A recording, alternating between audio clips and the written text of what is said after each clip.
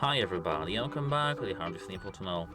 Today I'm gonna tell you how to do the speed test in your Shelly Wall Display X2.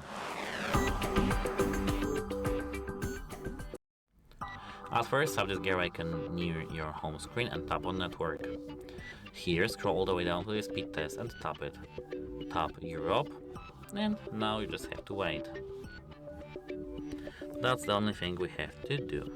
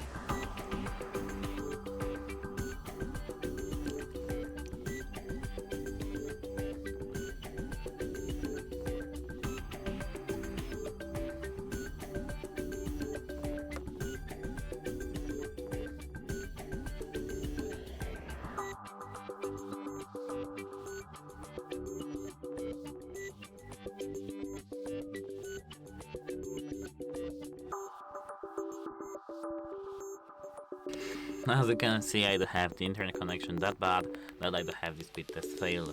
It's because I'm in the basement and I'm trying to connect to the Wi-Fi that's high, that's very high in my home. That's it, hope it helps you and goodbye.